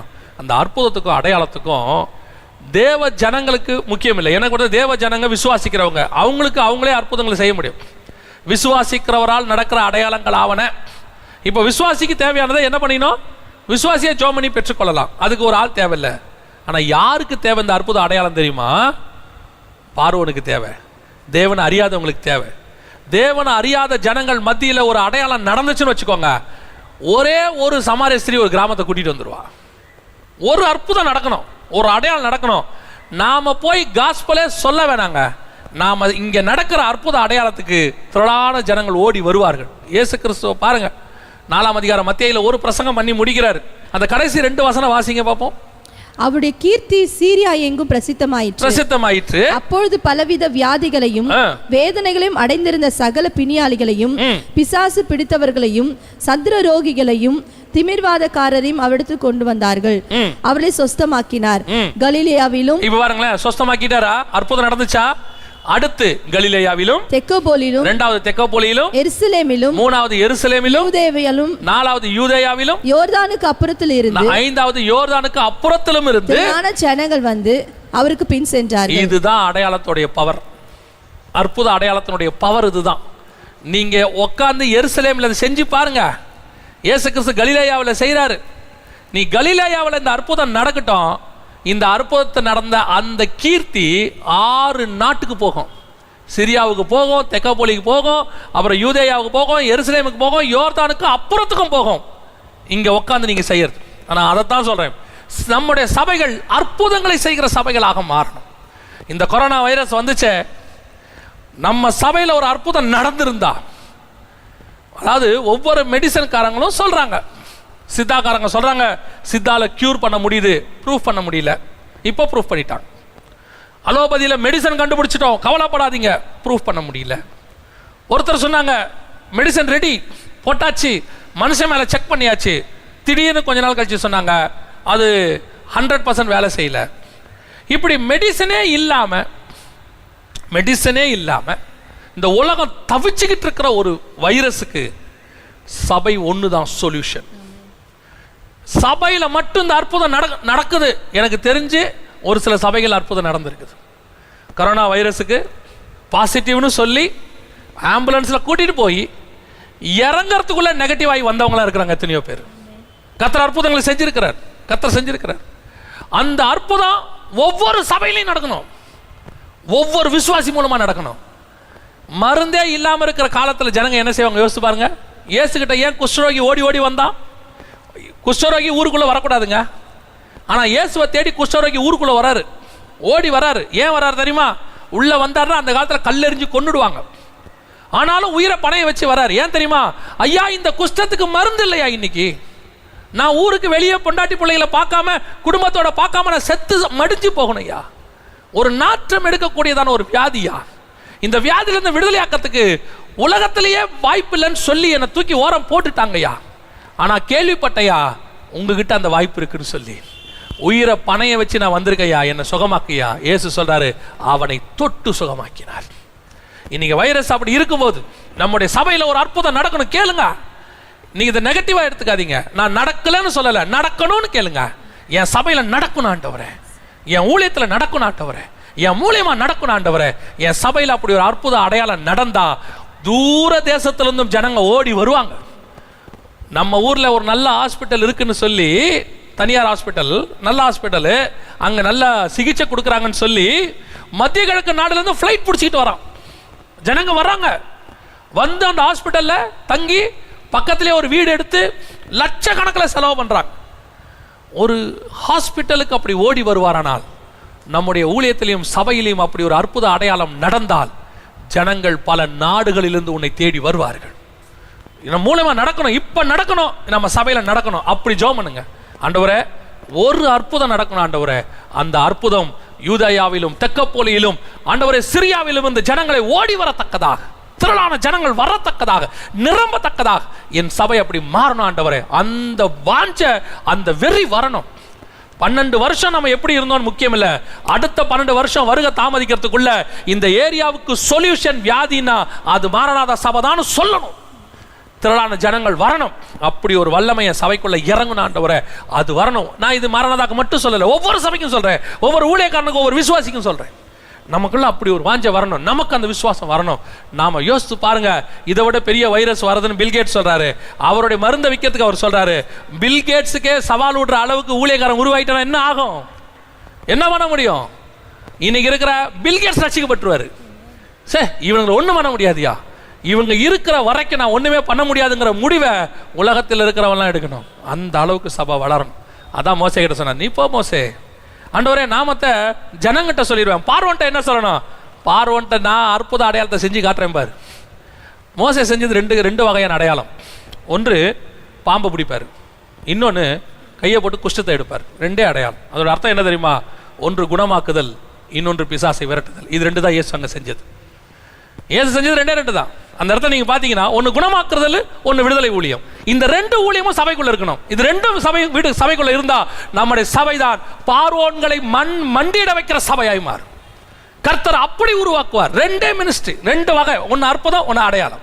இது ரெண்டு சபையில நடக்கணும். இன்னிலிருந்து நம்ம ஜபத்துல ஒரு பெரிய ஜபம், ஆண்டவரே இந்த தமிழ்நாட்டில் சென்னையில நடக்காத அற்புதம் எங்க சபையில நடக்கணும் ஆண்டவரேன்னு கேட்கணும். மற்றவங்களுக்கு நடக்காது, அது வேற விஷயம். என் சபையில நடக்கணும் ஆண்டவரே, என் ஊழியத்தில் நடக்கணும் ஆண்டவரே. ரெண்டே காரியம் அவர் சொல்வாரு, ஒன்று குணமாக்குதல், இன்னொன்று விடுதலை. டெலிவரன்ஸ் மினிஸ்ட்ரி, ஹீலிங் மினிஸ்ட்ரி, ரெண்டே மினிஸ்ட்ரி. அதான் ஆண்டவர் சொல்வார், இது ரெண்டோட போ, இது ரெண்டு போதும். அதுவும் இந்தியாவுக்குலாம் அந்த ரெண்டு மினிஸ்ட்ரி போதும். ஒன்று இந்தியா முழுக்க பிசஸ், அதை விடுதலை ஆக்கிடலாம். இன்னும் உலகம் முழுக்க வியாதி, அதை சுகமாக்கிடலாம். இது ரெண்டு போச்சுனால அவன் தானாவே ஆசீர்வாதமாக இருப்பான். அவ்வளோதானே ஆசீர்வாதம், அவ்வளோதானே. இது ரெண்டு போச்சுனால அவனுக்கு மெடிக்கல் செலவு குறைஞ்சாலே பணம் வீட்டில் தானாவே தங்கிடும். அவன் டெலிவரன்ஸ் ஆகிட்டாலே சமாதானம் தானாக வந்துடும். அதான் நான் சொல்கிறேன், இது ரெண்டுக்காக ஜெபம் பண்ணுங்க. மூன்றாவது, மோசே கிட்ட கர்த்தர் சொன்னது என்ன தெரியுமா? நீ போ, என்னுடைய வல்லமை உன்னோடு கூட இருக்கும். முதல்ல நான் இருப்பேன், என் நாமம் இருக்கும். அடுத்து என் வல்லமை உன்னோடு கூட இருக்கும். அடுத்து மிக முக்கியமானது, 4வது அவர் கொடுக்கறது என்ன கொடுக்குறாரு அப்படின்னு சொன்னா, வாசிங்க யாத்ராகமத்தின் புஸ்தகம் 4ஆம் அதிகாரம் 12வது வசனத்தை வாசிங்க. யாத்ராகமம் 4:12 வாசி. ஆதலால் நீ போ, நான் உன் வாயோடு இருந்து நீ பேச வேண்டியதை உனக்கு போதிப்பேன் என்றார். 4வது மிக முக்கியமானது, கர்த்தருடைய வார்த்தை. உன் ஊழியத்தில் இருக்க வேண்டிய மிக முக்கியமான விஷயம் என்ன தெரியுமா? முதல்ல கர்த்தர் உன் கூட இருக்கணும். 2வது நீ விசுவாசிக்கணும், அவருடைய நாமம் என் கூட இருக்குது. 3வது அவர் மூலமா அற்புத அடையாளம் நடக்குது. அடுத்து மிக முக்கியமானது என்ன தெரியுமா? இவ்வளவுக்கும் ஆண்டவர் சொல்லிட்டார், இவ்வளவும் சொல்லிட்டாரு. இப்போ அந்த 3ஆம் அதிகாரம் 20வது வசனத்திலிருந்து 4ஆம் அதிகாரம் 12ஆம் வசனம் வரைக்கும் மோசே ஆண்டவர்கிட்ட பேசிக்கிட்டே இருக்கிறார். கடைசியா ஆண்டவர் சொல்றாரு, ஆண்டவர்கிட்ட மோசே சொல்றாரு, ஆண்டவரே நான் திக்குவாயும் மந்த நாவு உள்ளவனுமாய் இருந்தேன். ஆண்டவரே எனக்கு பேச வராதுப்பா. ஆனால் இந்த மோசையை பற்றி பைபிள் என்ன சொல்ல தெரியுமா? அவன் எகிப்தில் எப்படி இருந்தாராம்? வாக்கில் வல்லவன், வாக்கில் வல்லவன். ரட்சிக்கப்படுறதுக்கு முன்னாடி என்கிட்ட பயங்கரமான டேலண்ட்லாம் இருந்துச்சு ஆண்டவரே. ரட்சிக்கப்படுறதுக்கு முன்னாடி நான் பயங்கரமாக பேசுவேன். ரட்சிக்கப்படுறதுக்கு முன்னாடி, ஆண்டவரை ஏற்றுக்கொள்றதுக்கு முன்னாடி எங்கிட்ட இருந்த டேலண்ட்டுக்கு ஜனங்க கூடி வருவாங்க. எங்கிட்ட எவ்வளோ டேலண்ட் இருக்கு ஆண்டவரே, நல்லா பாடுவேன், நல்லா மியூசிக் வாசிப்பேன், நல்லா ஜனங்களை உட்காந்து கவர் பண்ணுற மாதிரி பேசுவேன், எங்கிட்ட நல்லா டான்ஸ் ஆடுவேன், வாட் எவர் யூ ஹேவ். அது ரட்சிக்கப்படுறதுக்கு முன்னாடி. ஆனால் இப்போ சொல்கிறாரு மோசே, நான் திக்குவாயும் மந்த நாவும் உள்ளவனாக மாறினேன். ஏன்? எங்கிட்ட ரட்சிக்கப்படுறதுக்கு முன்னாடி இருந்த உலகத்தினுடைய ஞானம் எல்லாம் போச்சு ஆண்டவரே, உலகத்தினுடைய பவரெல்லாம் போச்சு, உலகத்தில் நான் கற்றுக்கிட்ட எல்லாம் போச்சு, எங்கிட்ட ஒன்றுமே கிடையாது ஆண்டவரே. இப்போ நான் திக்குவாய் போய் பார்வன்ட்ட எப்படி பேசுவேன், நான் திக்கு எனக்கு ஆண்டவரே. ஆண்டவர் சொல்கிறாரு, இந்த திக்குவாய் உனக்கு வர்றதுக்கு தான்ப்பா நான் வெயிட்டே பண்ணேன் 40 வருஷம். என்ன ஆண்டவரே சொல்கிறீங்க? எப்போ நான் ஒன்றும் இல்லைங்கிற முடிவை நீ எடுக்கிறியோ அப்போ தான் நான் வாங்க கூட இருக்க முடியும். எங்கிட்ட ஏதோ ஒன்று இருக்குன்னு நீ நினைக்கிற வரைக்கும் நான் உங்ககிட்ட இருக்க முடியாது. நிறைய பேர்கிட்ட அதுதான் பிரச்சனை. நான் இந்த ஊழியத்துக்கு வரக்கூடிய யங்ஸ்டர்ஸ்ட்டை நான் சொல்கிற ஒரு ஆலோசனைன்னு கூட சொல்ல முடியாது, அவங்களுக்கு ஆலோசனை சொல்கிற அளவுக்கு நமக்கு தகுதி இருக்கான்னு தெரியாது. ஆனால் ஒரு சஜஷன் ஒன்று சொல்லுவேன். என்ன அப்படின்னு கேட்டால், நீங்கள் இப்போது நல்லா கீபோர்டு வாசிக்கிறவங்களா இருக்கீங்கன்னு வச்சுக்கோங்க, இல்லை வயலினோ இல்லை கிட்டாரோ வாசிக்கிறவங்களா இருக்கீங்க. இப்போ நீங்கள் மினிஸ்ட்ரிக்கு வரும்போது என்ன நினைக்கிறீங்கன்னு கேட்டால், நான் நல்லா இங்கே கிட்டார் வாசிக்கிறேன், கீபோர்டு வாசிக்கிறேன், நான் வந்து என் தேவனுக்கு இந்த கீபோர்டை நான் நல்லா வாசிக்கணும் அவருக்கு அப்படின்னு நினைக்கிறீங்க. அப்படி கிடையாது, அப்படி அவசியமும் இல்லை. இது உலகத்தில் நீங்கள் கற்றுக்கொண்டது, இங்கே வாசிக்க கூடாதுன்னு சொல்லலை. இதை வச்சுட்டு ஆண்டவர்கிட்ட கேட்கணும், ஆண்டவரே நான் திக்குவாயும் மந்த நாவு, நான் என்ன செய்யணும்? நான் முடிவெடுக்கக்கூடாது, எனக்கு என்னுடைய டேலண்ட்டை கர்த்தருக்கு யூஸ் பண்ணணும், நான் முடிவெடுக்கக்கூடாது, அந்த முடிவை அவர் எடுக்கணும். உன் டேலண்ட்டை நான் யூஸ் பண்ணிக்கிறேன்னு. கர்த்தர் தேவைப்பட்டா உன் டேலண்ட்டை யூஸ் பண்ணுவார், இல்லைனா உன் டேலண்ட்டே இல்லாமல் ஒன்றை யூஸ் பண்ணுவார். இன்னைக்கு நிறைய பேருடைய டீவியேஷன் எங்கே வந்துச்சு தெரியுமா? மினிஸ்ட்ரியில் அவங்க டேலண்ட்டை கர்த்தருக்கு யூஸ் பண்ணணும்னு நினைச்சாங்க. இது தப்பான்னு கேட்டால் தப்பு இல்லைன்னு சொல்லலாம். ஆனால் உண்மை என்ன தெரியுமா? அவங்க டேலண்ட்டை கர்த்தருக்கு யூஸ் பண்ண விரும்புனாங்க, அவங்கள கர்த்தர் யூஸ் பண்ண விரும்புகிறார். அவங்க டேலண்ட் வேறு, அவங்க வேறு. நிறைய பேர் அவங்க டேலண்ட்டையும் அவங்களையும் ஒன்றா நினச்சிக்கிறாங்க. நான் என்ன ஊழியத்துக்கு ஒப்பு கொடுக்குறாண்டவரே, என்னப்பா பண்ண போகிறேன், நான் உமக்காக வாழ்நாளெல்லாம் கீபோர்டு வாசிப்பேன், வாழ்நாளெல்லாம் உமக்கு கிட்டார் வாசிப்பேன். அது இன்ஸ்ட்ருமெண்ட். ஆண்டவரை பொறுத்த வரைக்கும் நாம தான் இன்ஸ்ட்ருமெண்ட். ஆண்டவருக்கு இது இல்லாமையே உன்னை என்னையும் பயன்படுத்துவார். ஆண்டவருக்கு இது தேவையே இல்லை, தேவையில்லைன்னு நான் சொல்லலை. அவர் அர்த்தம் என்னன்னா, அதை கர்த்தர் நமக்கு யூஸ் பண்ண தேவைப்பட்டா யூஸ் பண்ணுவார், அவ்வளோதான். இல்லைன்னா ஆண்டவர் தூக்கி போட்டுருவாரு. ஆண்டவருக்கு தேவை நம்ம தான். இப்போ மோசே கிட்ட 40 வருஷம் எகிப்தோடைய டேலண்ட் அப்படியே குமிஞ்சு கிடக்குது. வாக்கில் வல்லவன், ராமசேஸ்க்கு ஊர் கட்டினவர், பயங்கரமான இன்ஜினியர், அவன் எல்லா கலைகளிலும் தேறினவர்கள். இப்போ ஆண்டவரே நான் என்ன பண்ணணும்? ஆடுமை. என்ன ஆண்டவரே சொல்றீங்க? ஆடுமைப்பா. ஆட்டோட எத்தனை வருஷம் நீ மேய்ச்சிட்டே நான் சொல்றேன். இப்போ நாக்கு எல்லாம் போய் மடங்கி இப்படியே ஓட்டி ஓட்டி ஓட்டி ஓட்டி இப்போ வாக்கு வல்லத போய் இப்போ திக்கு வாயாய் போச்சு. ஆட்டுக்கிட்ட பேசுற மாதிரி தான் மனுஷங்கிட்டே பேசுறாரு, பேசுறாரு. இப்போ சொல்றாரு, ஆண்டவரே 40 வருஷத்துக்கு முன்னாடி சொல்லியிருந்தீங்கன்னா நான் போய் பார்வோன்ட்ட நல்லா பேசியிருப்பேன். இப்போ திக்கு வாய் ஆண்டவரே, இப்போ போய் நான் என்ன பேசுவேன்? 40 வருஷத்துக்கு முன்னாடி பேசினா நீ பேசியிருப்ப, இப்போ திக்குவாய் மந்தவாச்சா, இனி நான் பேசுவேன். அதுதான் கர்த்தருக்கு வேணும். நான் பேசுறதுக்கு எனக்கு ஒருத்தன் விட்டு கொடுக்குற நாக்கு வேணும். உன் டேலண்ட்டை கொஞ்சம் அப்படி ஓரம் வச்சிரு, உங்ககிட்ட இருக்கிற பவரெல்லாம் கொஞ்சம் ஓரம் அப்படி வச்சிருங்க. வச்சுட்டு ஆண்டவர்கிட்ட கேளுங்க, நான் என்ன பண்ண ஆண்டவரே. நிறைய பேருடைய ப்ராப்ளம் அங்கே தான் இருக்கு. பைபிள் காலேஜ் படிக்கிறது நல்லது, ஆனால் பைபிள் காலேஜ் ஞானத்தை கொண்டு வந்து ஊழியத்தில் மிக்ஸ் பண்ணக்கூடாது. அந்த பைபிள் காலேஜ் படித்த அந்த தாட் அப்படி வச்சுக்கிட்டு, ஆண்டவரே நான் என்ன பண்ணணும்னு கேட்கணும். ஆண்டவர் தேவைப்பட்ட அந்த பைபிள் காலேஜில் படித்ததை யூஸ் பண்ணிப்பார், இல்லைன்னா இதை விட மேலான பரலோகத்தின் நாலேஜை கொடுத்து உன்னை யூஸ் பண்ணுவார். அதுதான் முக்கியம். நான் படிக்க வேணான்னு சொல்ல, MBA முடிச்சுட்டு ஆண்டவரே, MBA முடிச்சிட்டியா என்ன பண்ண போற? நான் வந்து ஆண்டவரே இந்த சபையை கட்டுறதுக்கு 2500 கொடுக்கக்கூடிய 2500 பேர் தேவை. இந்த MBA அட்மினிஸ்ட்ரேஷன் மைண்டை யூஸ் பண்ணி சபையை அப்படியாக்கி இப்படியாக்கி நாங்கள் வந்து சபையில் இன்ஃப்ராஸ்ட்ரக்சர் உருவாக்கி ஓரமா உட்கார். என்ன பண்ண ஆண்டவரே? நான் சொல்றேன் கேளு. ஏன் நீ படிச்ச MBA விட நான் எம்பாம ஒன்று சொல்லி கொடுக்குறேன் உனக்கு.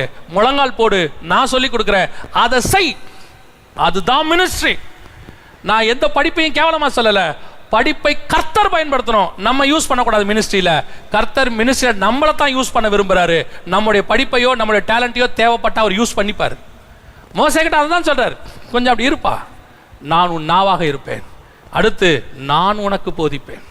ஏன் எகிப்தில் போதிச்சது வேஸ்ட்டு, நான் போதிக்கிறேன். அதுதான் நல்லா தெரிஞ்ச ஒரு ஆள் யார் தெரியுமா? பவுல். அதனால தான் அவர் சொன்னாரு, எல்லாவற்றையும் நஷ்டமும் குப்பையும் என்று விட்டேன். ஏன் தெரியுமா?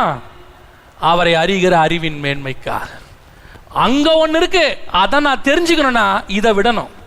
இதை விட்டா தான் அதை தெரிஞ்சுக்க முடியும். இந்த அறிவோட உட்காந்துக்கிட்டு நான் அதை தெரிஞ்சுக்கணும் நீ ஆசைப்பட்டினா முடியாது. ஒன்று அது இல்லை இது. பாகால் தெய்வமானால் பாகால் இடத்துல போங்கள், கர்த்தர் தெய்வமானால் கர்த்தர் இடத்துல போங்கள். அதான் மேட்டர். இப்போ ஆண்டவர் சொல்றாரு, நான் உனக்கு போதிப்பேன். சபைக்கு இருக்க வேண்டிய 4வது முக்கியமான குவாலிட்டி, கர்த்தர் போதிக்கிறத சபையில் போதிக்கணும். நம்ம அறிவை கொண்டு போதிக்க கூடாது, மாம்சத்தை கொண்டு போதிக்க கூடாது. இப்போ இங்கே மோசே பண்ண தப்பு, இதை நீங்கள் பண்ணக்கூடாதுன்னு சொல்ல வரேன்.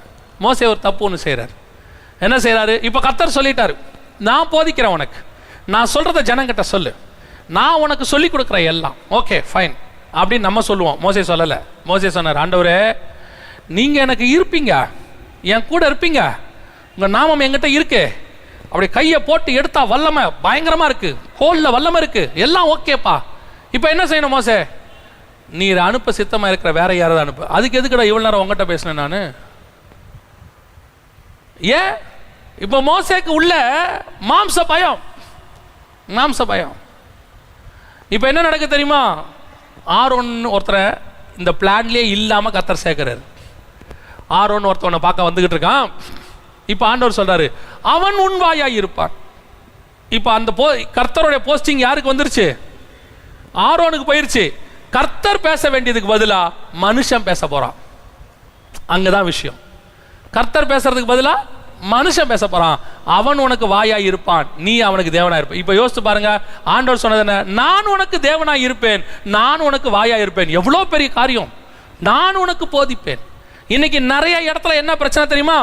கர்த்தர் பேசுறதுக்கு பதிலா ஆரோன் பேசிட்டு இருக்காங்க, ஆவியானவர் பேசுறதுக்கு பதிலா மாம்சம் பேசிக்கிட்டு இருக்கு. அதோட விளைவு என்ன? கோபம் உண்டவராய். இன்னைக்கு நிறைய சபையில கர்த்தரோட கோபம் தான் இருக்கு. மாம்சம் பேசுது சபையில. ஒரு மெசேஜ் கொடுக்கும்போது அந்த மெசேஜ் ஆவியானவர் கொடுக்குறாரா, மாம்சம் கொடுக்குதான்னு நீங்க ஈஸியா கண்டுபிடிச்சிடலாம், கொடுக்குறவங்களே கண்டுபிடிச்சிடலாம். எப்படி? உங்களை திட்டின ஒருத்தர் உட்காந்துருக்காரு எதிரில், இப்போ நீங்கள் மெசேஜ் கொடுக்குறீங்க, அந்த 45 நிமிஷமும் அவரை பற்றி பேசாமல் நீங்கள் பேசிட்டீங்கன்னா அது ஆவியானவர் பேசுனது. ஏதாவது ஒரு நிமிஷத்தில், ஒரு செகண்டில் அந்த ஆளை பற்றின எண்ணம் மைண்டில் வந்து நீங்கள் 3வது நபரை 4வது நபரை சொல்கிற மாதிரி கூட அவரை சொல்லிட்டீங்கன்னா உன் மாம்சம் அதில் கலந்துருச்சுன்னு அர்த்தம். ஆரோன் பேசிட்டான்னு அர்த்தம்.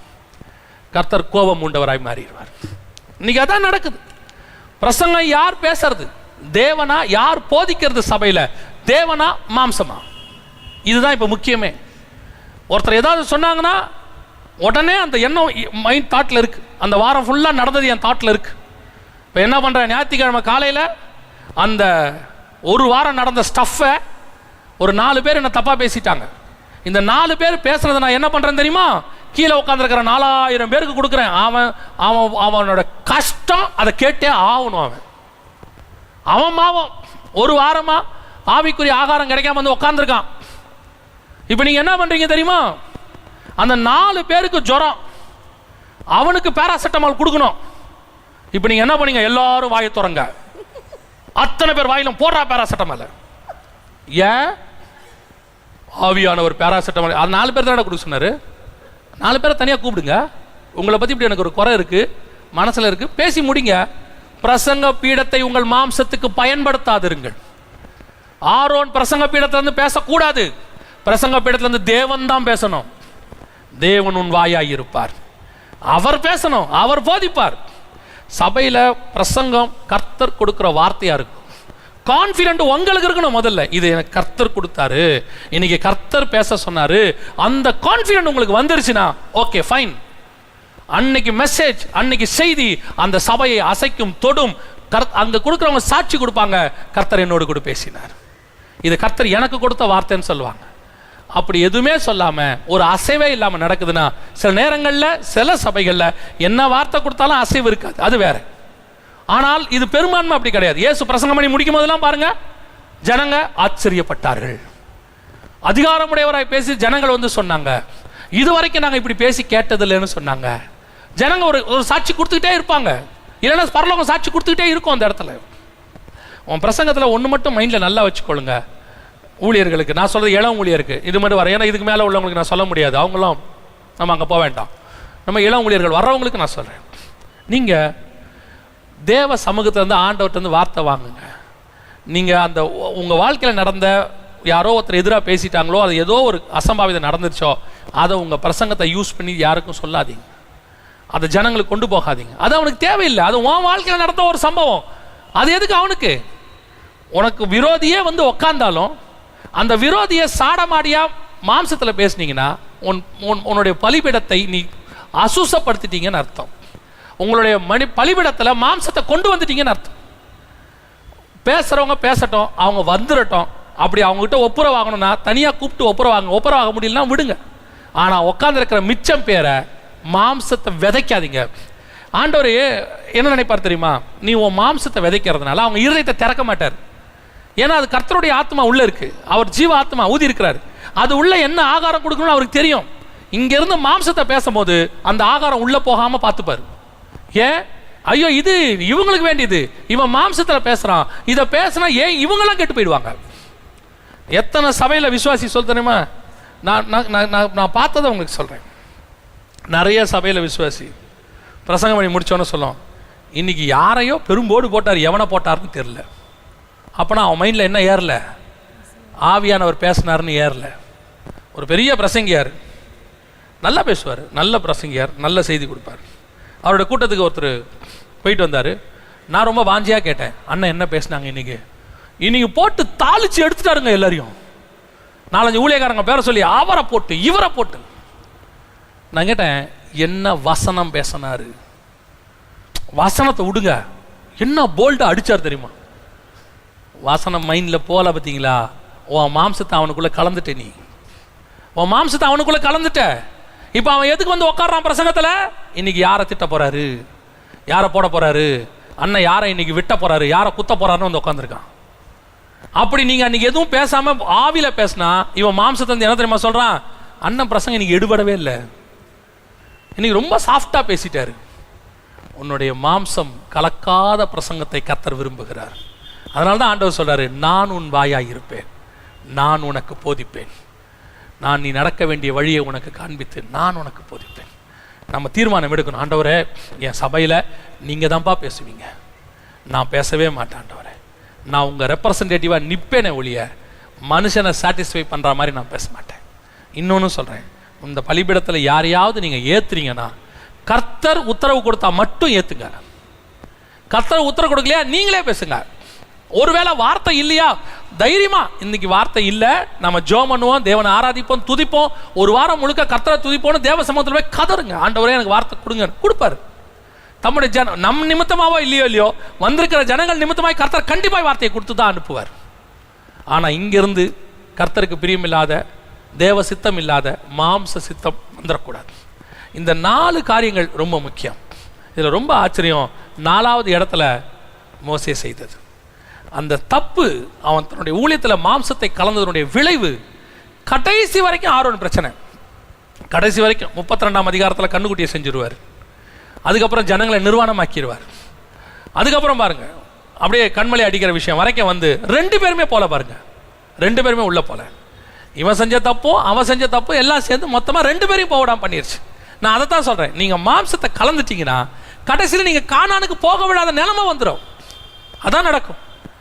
கர்த்தர் கொடுக்குற வார்த்தை தைரியமாக பேசுங்க. இன்னொன்று சொல்கிறேன், நான் சொல்லிட்டு முடிக்கிறேன். சில நேரங்களில் நாம் என்ன பண்ணுவோன்னா, சில சபைகளில் வந்து சொல்லிடுவாங்க 1.5 மணி நேரம் பேசுங்க அப்படிம்பாங்க. செய்தி 1 மணி நேரத்தில் முடிகிற மாதிரி இருக்கும். 1 மணி நேரத்தில் முடிச்சிடணும். 1 மணி நேரத்தில் அதை முடிச்சிடணும். ஏன் முடிக்கணும் தெரியுமா? 1 மணி நேரம் வரைக்கும் தான் ஆவியானவர் பேசியிருக்கிறாரு. அடுத்த 1/2 மணி நேரம் அவங்க பேச சொன்னதுனால மாம்சத்தில் பேசுவீங்க. நீங்கள் எப்போ ஆரம்பிச்சிங்களோ அப்போ ஆவியானவர் போயிடுவார். எப்போ முடிக்க சொல்கிறார் அப்போ முடிக்கணும், அவ்வளோதான், ஃபினிஷ். சில இடத்துலலாம் உங்களுக்கு போகும்போது சொல்லுவாங்க, சீட்டு வரும். என்ன சீட்டு வரும் தெரியுமா? பேசிக்கிட்டே இருப்போம், இன்னும் சாப்பாடு ரெடியாகவில்லை, இன்னும் 1/2 மணி நேரம் பேசுவோம் அப்படின்னு உடனே நான் அந்த சீட்டை எடுத்தே சொல்லுவேன், சாப்பாட்டுக்கெல்லாம் பிரசங்கம் பண்ண முடியாதுன்ட்டு வச்சிருவேன். நிஜம் நான் சொல்றது, சாப்பாட்டுக்கு பிரசங்கம் பண்ண முடியாது. உங்களுக்கு வர வேண்டிய சாப்பாடு வண்டியில் வந்துகிட்டு இருக்கோம், அது வரைக்கும் இங்கே பிரசங்கம் பண்ண முடியாது, இழுக்க முடியாது. ஆவியானவர் சொன்னதை மட்டும்தான் பேச முடியும். அதே இன்னொன்று இருக்கு, சில நேரத்தில் ஆவியானவர் 5 நிமிஷம் எக்ஸ்ட்ரா பேச சொல்றாரா, 5 நிமிஷம் எனக்கு வேணும்னு கேட்டுட்டு அந்த 5 நிமிஷத்தை பேசிடுங்க. சில நேரத்தில் அதையும் பேச விடாம, பலிபீடம் கர்த்தர் கொடுக்கிற இடம், ஆவியானவருக்கு மட்டுமே இடம், அதுக்கு மட்டும்தான் இம்பார்ட்டன்ஸ். இங்க மாம்சம் கலக்கவே கூடாது, மாம்ச சிந்தனை வரக்கூடாது. இந்த 4 காரியங்களை மோசே செய்தார். 4வதுல மட்டும் தவறினார். இந்த 4வதுல நம்ம தவறாதபடிக்கு இருப்போமானால் கடைசி வரைக்கும் இந்த சபை கர்த்தரால் நடத்தப்படுகிற சபை. உன்னோடு கூட உன் தேவனாகிய கர்த்தர் இருப்பார். உன்னோடு கூட அவருடைய நாமத்தை அனுப்பி இருக்கிறார். அவருடைய வல்லமை, அற்புத அடையாளங்கள் இந்த சபையில நடக்கும். கடைசி வரைக்கும் கர்த்தருடைய வார்த்தை மாம்சம் கலக்காமல் இந்த சபையில் இருக்குமானால் இதுதான் கர்த்தர் விரும்புகிற மணவாட்டி திருச்சபை. கரை திரையற்ற கற்புள்ள கன்னிகையாக வரப்போகிற ஒரே புருஷனுக்கு ஒப்பு கொடுக்கிற சபையாக மாறும். நம்ம ஜெபம் பண்ண போறோம். சர்வ வல்லமையுள்ள எங்கள் ஆண்டவரே, தர்மியான நாட்களுக்காக உமக்கு ஸ்தோத்திரம். தேவனாகிய கர்த்தர் இம்மட்டும் இவர்களை நடத்தி கொண்டு வந்திருக்கிறீங்கப்பா. 12 ஆண்டு காலம், இந்த லாங் இயர்ஸ், இதுவரைக்கும் ஆண்டவரே ஒவ்வொரு நாளும் தகப்பன் தன் பிள்ளையை சுமந்து கொண்டு வந்தது போல வந்திருக்கிறேன் ஆண்டவரே. உடைய ஊழியக்காரருக்காக, அவருடைய குடும்பத்திற்காக, இந்த ஊழியத்திற்காக உமக்கு ஸ்தோத்திரம். ஒவ்வொரு செங்கலா கட்டிட்டு வந்திருக்கிறாங்கப்பா. ஒவ்வொரு இன்ச்சு பை இன்ச்சா உருவாகி இருக்கிறாங்க ஆண்டவரே. ஏதோ ஒரே நாளில் இவங்க அப்படி உருவாகல, அவங்கள தாயின் கருவிலிருந்து உருவாக்கி இனி கொண்டு வந்து ஒரு ஸ்தலத்தில் உட்கார வச்சிருக்கிறேன். வருகிற நாட்களில் இவர்களுக்கு நீர் நியமித்தவைகளை இவர்கள் சுதந்திரித்துக் கொள்ளட்டும். இவர்களுக்கென்று நீர் வைத்திருக்கிற ஆசீர்வாதத்தை இவர்கள் சுதந்திரித்துக் கொள்ளட்டும்.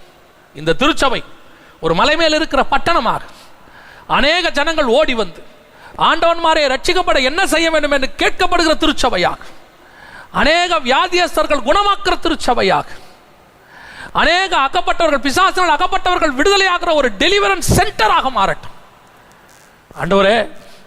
ஒரு பெரிய ஹாஸ்பிட்டல் இருந்தா அங்க இருக்கிற ஜனங்கள்லாம் ஓடி வராங்கப்பா. அதே மாதிரி எங்க சபை ஒரு பெரிய ஹீலிங் சென்டரா மாறட்டும் ஆண்டவரே. இந்த சுத்து வட்டாரத்தில் இருக்கிற எல்லா ஜனங்களும் ஓடி வந்து சுகமாக்குறதுக்கு இங்க வரட்டும். அகப்பட்டவங்க எல்லாம் விடுதலையாகிறதுக்கு இங்க வரட்டும். கர்த்தர் நீர் அப்படி ஆசீர்வதிக்க வேண்டுமாய் நாங்கள் ஜெபிக்கிறோம். அதை காட்டிலும் விசேஷமாய் அற்புத அடையாளங்கள் நடக்கிறது 2வதுப்பா. உம்முடைய வசனம் உம்முடைய ஊழியக்காரருடைய வாயை விட்டு பிரியாதிருப்பதாக, தியானிக்கும் போதெல்லாம் மறைபொருள்கள் வெளிப்படுவதாக, இங்கே வந்திருக்கிற வரப்போகிற ஒவ்வொரு ஜனங்களுடைய ஆத்தும தாகத்தை தீர்க்கிற பசும் புல்லினும் மேலான வசனம் வருவதாக ஆண்டவரே. மாம்சம் கலவாத பிரசங்கம் வரட்டும். அநேக ஜனங்கள் நம்பி இந்த சபைக்கு வரணும். அங்க போனா கர்த்தருடைய வார்த்தை கிடைக்கும்னு வரணும். அப்படி இந்த சபையை மாத்தி நீ அமைக்க போற தயவுக்காய் ஸ்தோத்திரம். இன்னும் நீர் பேச போற தயவுக்காய் நன்றி. எங்கள் ஆண்டவர் இயேசுவின் நாமத்தில் ஒப்பு கொடுத்து ஜெபிக்கிறோம் எங்கள் ஜீவனுள்ள நல்ல பிதா. ஆண்டவராக இயேசு கிறிஸ்துவின் நாமத்தில் God bless you.